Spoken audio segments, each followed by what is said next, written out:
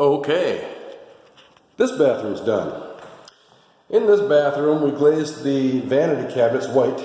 They were an awful brown color.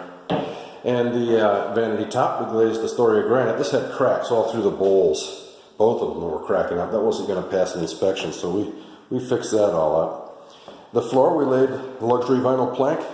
Again, Woodford oak. People really like that color. This is a floating floor we were able to put right on top of the existing failing ceramic tile floor on this corner down here.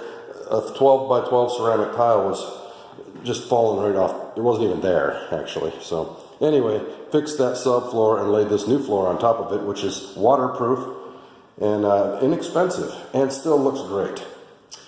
Then we glazed these ceramic tile walls around this soaker tub. We were going to have to replace that because there was several chipped areas and corners, and we were able to fiberglass that and then resurface it. In the shower pan, they were going to have to replace that also because there was a crack from one corner all the way to the other corner, all the way across the shower pan, because there was no support underneath it. So we drilled, I don't know, 15 or 20 quarter-inch holes all around it, and then we injected it with expanding foam and let that expand underneath so the shower pan has some support under it, and then we fiberglassed the crack, and then we resurfaced it with an anti-skid coating, which is extremely durable and now waterproof forever.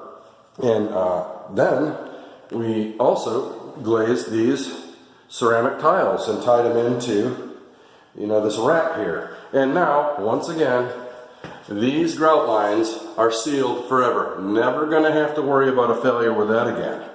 So this is just, you can't beat it. If you can beat this, I'd be doing it. So yeah, there's nothing less costly. You can't get this done for less money with any other process. I promise you that.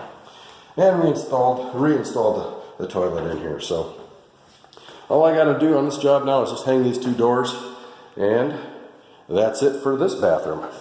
Now, we also glazed downstairs the entire kitchen countertop down there. Nothing wrong with it, but it was Corian. It was just an ugly color. So rather than replacing it, we left the Corian, because Corian's a good product. It was just ugly, so we just resurfaced it.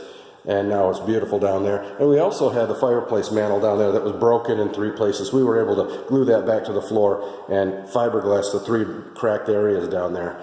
And I'll try to make a video of that real quick here also, since I'm done with that. Okay, bye.